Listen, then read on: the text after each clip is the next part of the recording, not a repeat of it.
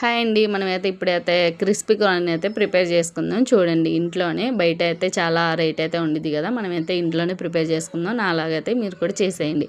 ఫస్ట్గా అయితే మనమైతే కండ్లని అయితే నీట్గా అయితే ఒలిచేసుకొని, అలానే గింజలను అయితే వేడి నీళ్ళలో అయితే వేసుకొని ఉడకబెట్టుకోవాలి ఫ్రెండ్స్. అలానే ఉడికిపోయిన గింజలను అయితే మనం ప్లేట్లోకి అయితే తీసుకొని మొత్తాన్ని, అలానే మనం ఒక కప్పు కార్న్ఫ్లవర్, ఒక కప్పు మైదా వేసుకొని,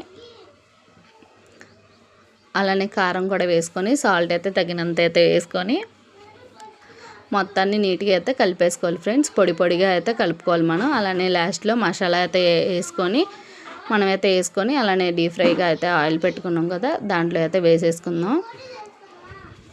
చూడండి ఈ విధంగా అయితే అయిన తర్వాత అయితే ఒక ప్లేట్లోకి అయితే తీసేసుకుందాం. నేనైతే ఇది సెకండ్ ఇది కూడా వేసేసాను. చూడండి ఈ విధంగా అయితే మనం సర్వ్ చేసుకుంటే ఆనియన్స్తో లెమన్తో టేస్ట్ అయితే బాగుండిద్ది. Please do subscribe friends. Thank you for watching. Bye.